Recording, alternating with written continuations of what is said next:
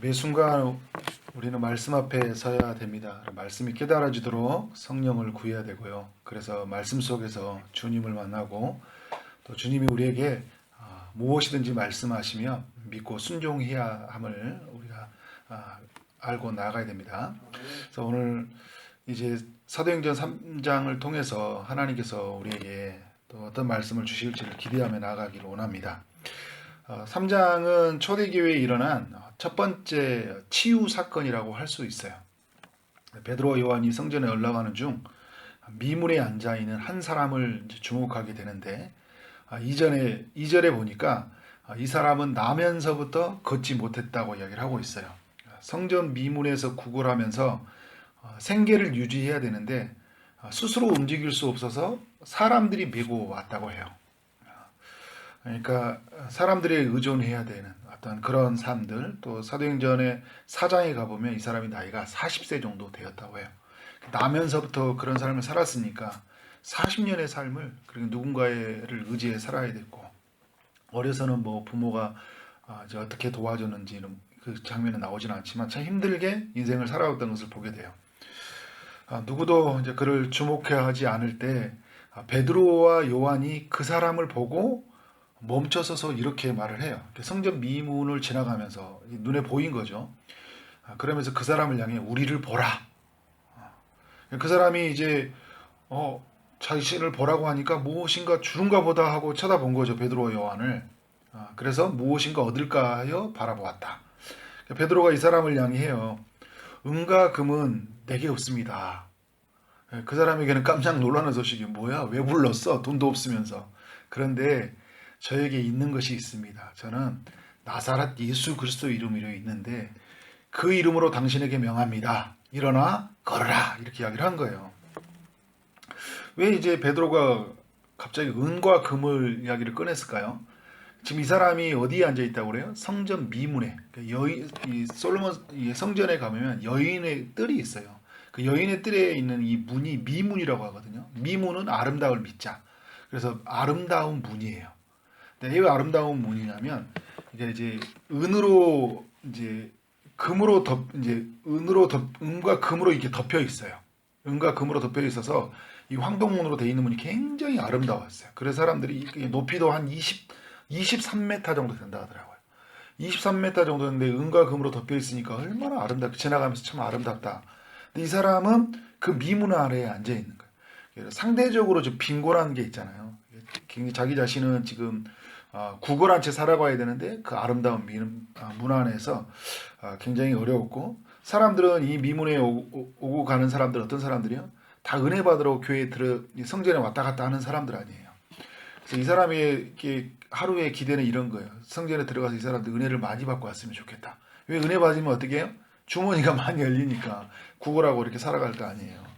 근데 이 사람에게 베드로와 요한이 말을 하는데 은과 금은 내게 없습니다 이렇게 시작을 하니까 깜짝 놀라는 거죠. 뭐야, 돈도 안 주면서 나 뭘 보라는 이야기야 그랬는데, 은과 금은 어떻게 보면 당신의 삶에 있다면 오늘 하루의 문제를 해결하고 또 먹고 사는 문제를 해결할지 모르고 또 당신의 미래를 이 땅에 살아간다는 미래를 보장할지 모르겠지만, 그러나 당신의 영혼은 고칠 수 없습니다. 이제 이런 의미가 담겨 있는 거죠. 왜냐하면 이제 이 사람이 이 예수 그리스도의 그 이름으로 말미암아 주시는 그 하나님의 용서함, 그리고 하나님의 그 근본적인 치유함으로 만나는 그 사람을 이제 이후의 삶에서 고백하는 걸 보게 되니까요.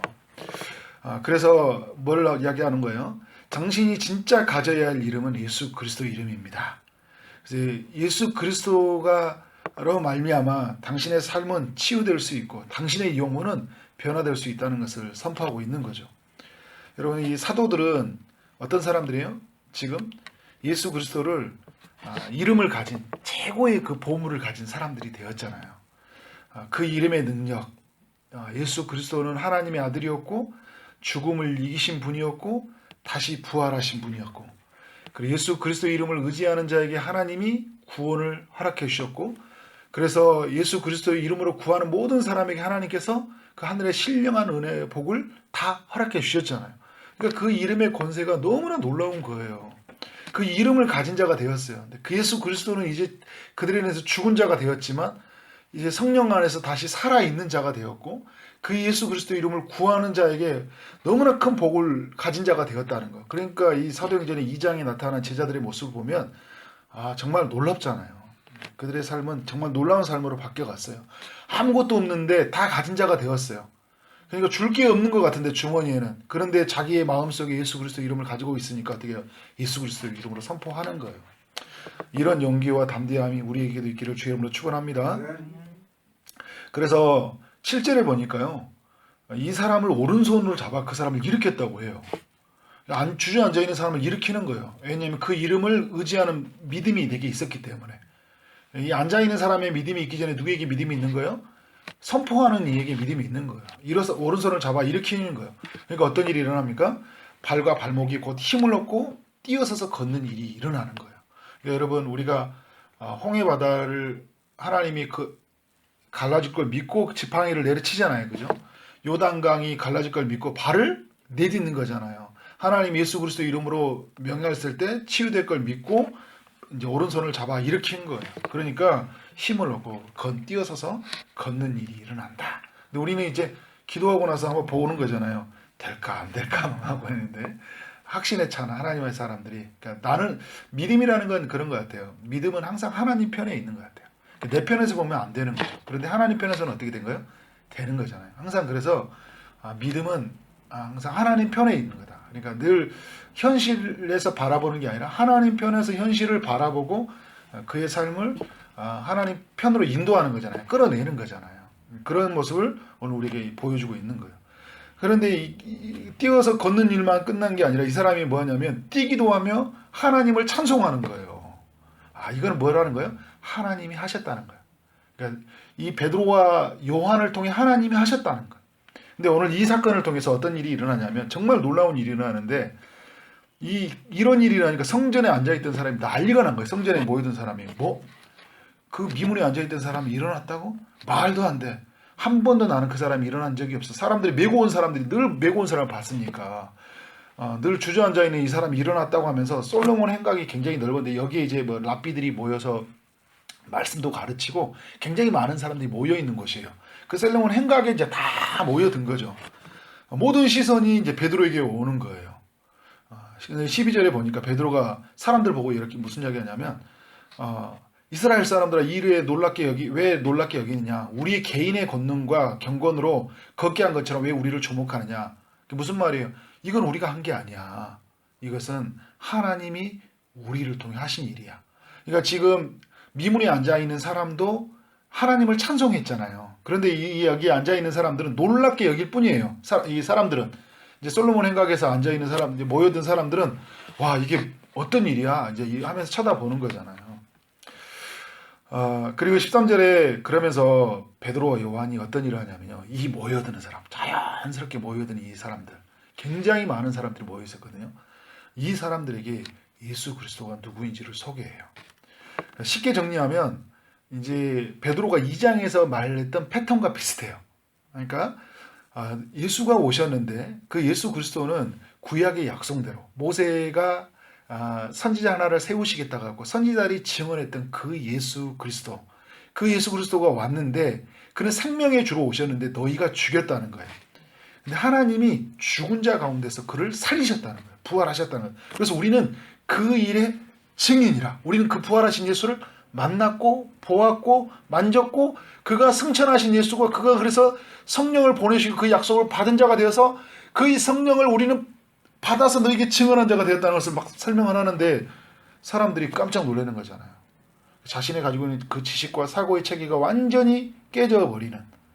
그런데 뭐라고 하냐면 너희가 이 예수를 믿고 의지하는 자에게 회개하는 자에게 구원을 주실 것이라는 그 복음이 선포되고 있는 거예요. 그 이후의 내용이 이제 그 26절까지 계속 이어지고 있어요.